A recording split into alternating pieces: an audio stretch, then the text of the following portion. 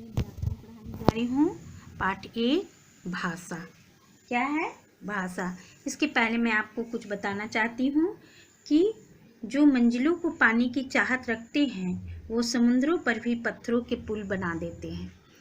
ये बहुत ही ज़रूरी है। आपको सोचना है कि कैसे हमें पढ़ाई करनी है और इसलिए कठिन परिश्रम आपको करना है। देखते हैं भाषा किसे कहते हैं। भाषा के बिना न तो हम किसी से अपने मन की बात कर सकते हैं और न तो हम दूसरों की बात को समझ सकते हैं। जैसे कि चित्र में यहाँ पिता और पुत्र के बीच जो वार्तालाप हो रहा है उसके बारे में दिया है कि पिताजी प्रणाम, आज मैं अपनी कक्षा में प्रथम आया हूँ। पिताजी से बोल रहे हैं उनके पुत्र। बहुत खूब, आज तुमने मेरा सिर गर्व से ऊंचा कर दिया। यानी उपयुक्त चित्र में बेटा जो है वो अपने पिता से अपनी बात को कह रहा है। वो एक भाषा है, माध्यम है, जिससे दोनों एक दूसरे से अपनी बातों को, अपने विचारों को व्यक्त कर रहे हैं। भाषा की परिभाषा है यहाँ पर, जिस माध्यम के द्वारा हम अपने विचारों का आदान प्रदान करते हैं उसे हम क्या कहते हैं? भाषा। भाषा के प्रकार। भाषा के 2 प्रकार हैं, मौखिक भाषा, लिखित भाषा। मौखिक भाषा में हम बोलकर अपने विचारों को दूसरों तक पहुंचाते हैं और लिखित भाषा में हम लिखकर अपने विचारों को दूसरों तक पहुंचाते हैं।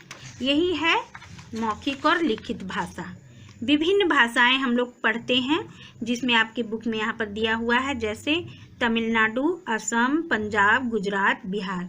तमिलनाडु में तमिल, असम में असमिया, पंजाब में पंजाबी, गुजरात में गुजराती, बिहार में हिंदी भाषा बोली जाती है। राष्ट्रभाषा। आप देखिए, जब कोई भाषा किसी राष्ट्र के अधिकांश भूभाग पर बोली जाती है तो वह राष्ट्रभाषा कहलाती है।